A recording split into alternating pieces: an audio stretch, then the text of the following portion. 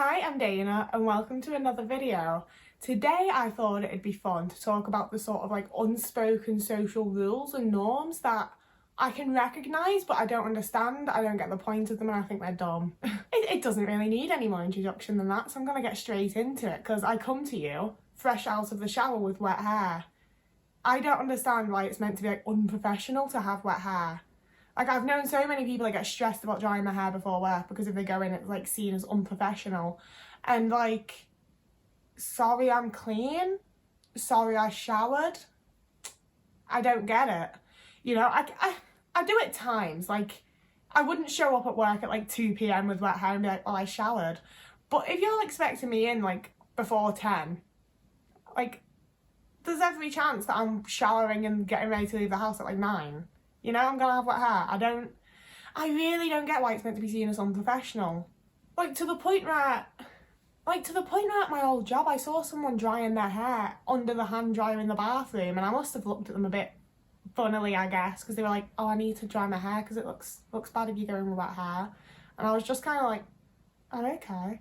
Because it's one of those things that I'd like sort of picked up on, I'd noticed before. You know, I'd gone to school with wet hair on occasion and people would be like, why didn't you dry it? And I was like, because I don't use heat on my hair and it takes time to dry and it's just a bit damp. Like, I really, like, it's one of those things where I feel like I can sort of figure out neurotypical thought patterns sometimes. So it's one of those where I'm like, I suppose if I asked a neurotypical and like forced an answer out of them, they'd probably tell me like, oh, well, it's unprofessional because you haven't managed your time well enough to come into work fully ready. And it's like, but I am fully ready. It just takes like 3 hours for my hair to dry and I hate using a hairdryer. It's too loud and there's all this wind and it's too hot and I hate it. Like, chill. I just let me have some fucking wet hair. But I realise it's something that I'm like carrying with me because I'll wait until my hair's dry to film videos, even if that means like fucking up the routine for the day, which really I don't like. I like my routine. So fuck that. You're going to be seeing more videos of me with wet hair from now on. Number 2 is, I think, the most common one that people don't get, and that's that you're not meant to tell people how you are when they ask. I hate this. I fully hate this. I can't lie. Like, I mean, I can lie, but I struggle to see the point, and just most of the time can't be asked to lie. So, like, I don't like it when people ask how I am, because I never know when it's a situation where I just need to be like, I'm good, thanks, versus when I can be like, well, actually, you know what, like, things have been awful lately. I've said before I struggle to tell, like, what my relationship is to someone, if we're acquaintances, if we're friends, if we're work buddies. Like, I don't know what our relationship is. And as such, when people ask how I am, I never know what I'm supposed to say. You know, like, and obviously everything's a little complex, and, like, if the cashier in Tesco asks me how I am, I know that it's the time she's like, oh, I'm good, thanks, how are you? Yeah, good, cool, like, can I have a bag, please? But when it's, like, people that I vaguely know and have some degree of, like, an actual, like, I've seen them more than once and we'll see them again, you know? I don't know when it's appropriate to tell them, actually, I'm going through it. But I just don't understand why they ask, you know? Like, there were a lot of times with my old boss where he'd ask how I am, and I'd be like, oh, not too good, actually. And sometimes he'd react to it in a way where, like, he clearly expected a real answer and he'd be like, oh, that's, you know, offer me support. And other times I could see on his face he was a bit like, oh, shit. And at the time I thought it was just because, like, I'm constantly fucking going through it. But looking back, I think sometimes it was just, like, a pleasantry. You know, it was almost more of a greeting than an actual question. And other times it was a question. And I have no idea how I'm supposed to tell which is which. But I think mostly, like, as someone who doesn't lie and doesn't fuck about and doesn't understand all this shit, if I ask someone how they are, it's because I want to know how they are. You know, I don't want some bullshit like, oh, I'm okay, yeah, how are you? Like, I want to know how you're doing, what have you been up to, what's going on? Tell me everything, you know? And I wouldn't bother to ask someone how they are if I didn't care.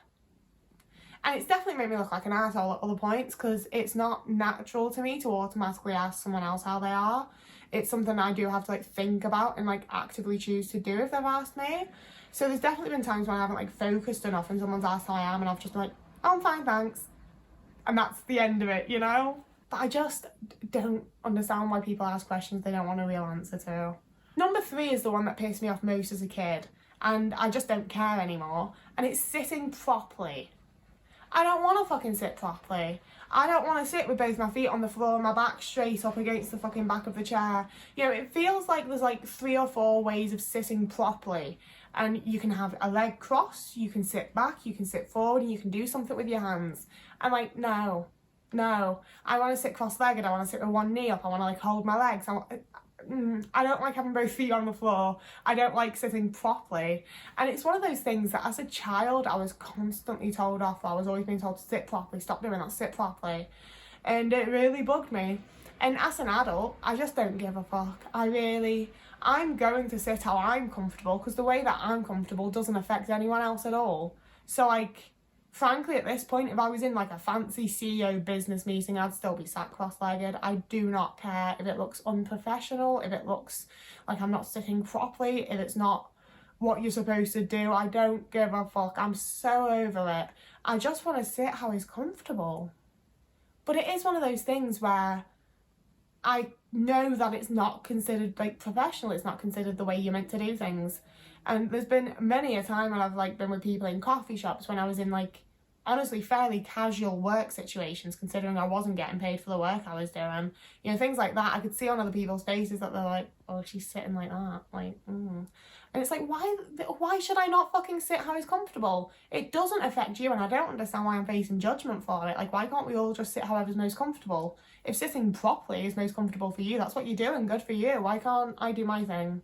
Now, this one might apply more to like women and AFAB people, but going shopping just as like an event or a meetup and not because you're buying something, I don't fucking get it. When I go shopping, be it like, and I'm talking like in town, like you've travelled, like not food shopping, you know, like you're going to buy pleasantries and luxuries and it's going to be a fun time. I've had many a friend that have invited me to go shopping over the years, and I've gone and been like, what are you after then? And they're like, oh, I just want to have a look around. And we've just sort of wandered about and not bought anything, which is fine. I'm not saying that you have to buy something, but I don't understand going shopping as an event. I don't get why that's a thing. Like, if I'm going shopping, I'll be like, oh yeah, I need this, this, this, and this, and I'm hoping to get something fun like this. You know, I know what I'm looking for. I know what I'm there for. I know why I'm there. And, you know, there's times when, like, I'm out and about and, like, there's a certain little street that I like to go and get coffee on, and I'll pop into a few shops along there and just have a nose because they're there. But I don't understand, like, going all the way out to, like, you know, getting public transport into a town centre to just wander about with no idea what you might be looking for or what you might want. I really don't understand it. I don't get it. Why are you doing that? Like, I don't mind doing it with people. I like the chance to just, like, socialise and hang out, and I'd much rather be, like, walking around chatting than sat in a bar or a really loud place, or, you know, many of the other events that people my age like going to. I'd much rather just walk around some shops and have a chat. But I don't get why we're doing that if you're not looking for anything specific. It's just one of those social norms that I really don't understand, and I've always, like, it's only in the last, like, few months that I've realised people don't exclusively go shopping with the idea of buying something. You know, and not even necessarily buying something. There's lots of times that I've gone out looking for something and not bought anything because I didn't find it. But, you know, like, that's what I mean. Like, I didn't buy anything because I didn't find the thing I was looking for. I wasn't just wandering about all willy-nilly fucking about. And finally, and the one that by far annoys me the most and makes me really anxious, is people being friends with people that they don't actually like and don't actually, like, want to be friends with. I think this is another one that I've just lost patience with over the years. Like, I had a friend at one point that was just consistently late and very... They had a lot going on and they definitely had undiagnosed ADHD. So I was sort of just like, this friendship isn't going to work. But they keep messaging me asking to hang out and do you want to do this and do you want to go here? So I just messaged them being like, look, you're really lovely. I think you're a really nice, interesting person. I've really enjoyed the time that we've spent together. But on the whole, this friendship isn't really, like, feeling good to me. I'm feeling very anxious. I don't think we, like, line up personality-wise. So as much as I like you, I don't really want to be friends anymore. You know, and they came back with a whole, like, oh my God, I'm so sorry that you feel like that. And I had to be like, no, you don't have to be sorry. You've not done anything wrong. It's not anything wrong. It's just that our personalities and the way that we are and the way that we think does not line up as being friends. It's not making me feel good, so there's no point pursuing this anymore, you know? And I wish people did that more often. I wish people would do that with me, because I overthink everything. So when I'm messaging people being like, do you want to hang out? Do you want to be my friend? I'm aware that they may also be anxious. So like if people cancel on me a couple of times, I'll be like, well, I know when I've cancelled on people, it's because I'm anxious or I've had a bad day or whatever else, you know, like I didn't want to cancel on them. It's just how things have gone. So I'll continue inviting people. And then it always gets to a point where I'm like, yo, I don't even know if this person has anxiety. I don't even know if this person has anything going on. And I'm just repeatedly inviting them to hang out and they're repeatedly cancelling on me. And it suddenly clicks that they're probably doing that because they don't want to hang out with me.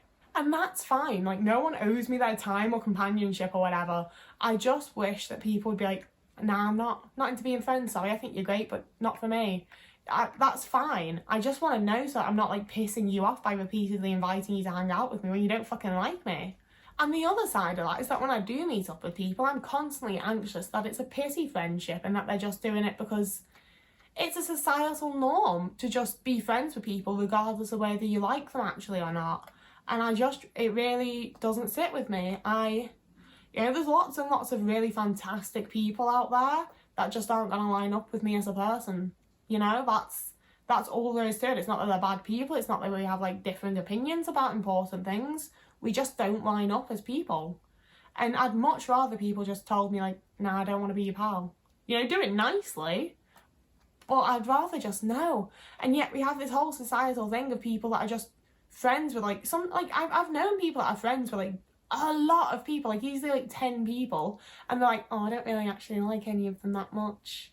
And I'm like, so why are you still messaging them? And they just don't know how to end it. You know, and I assume those are friendships that will eventually grow apart anyway, but like, I don't want to be involved in it.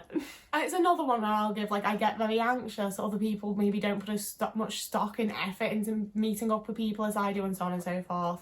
But I just really don't see the point in wasting my time around people I don't want to waste my time on, you know? And I think I kind of get it to some degree because I'm very fucking lonely. I don't really have any friends currently, and I could probably message people that I used to know that I didn't particularly like all that much and be like, oh my god, we should reconnect. And they probably would, and I could just go with it and have friends.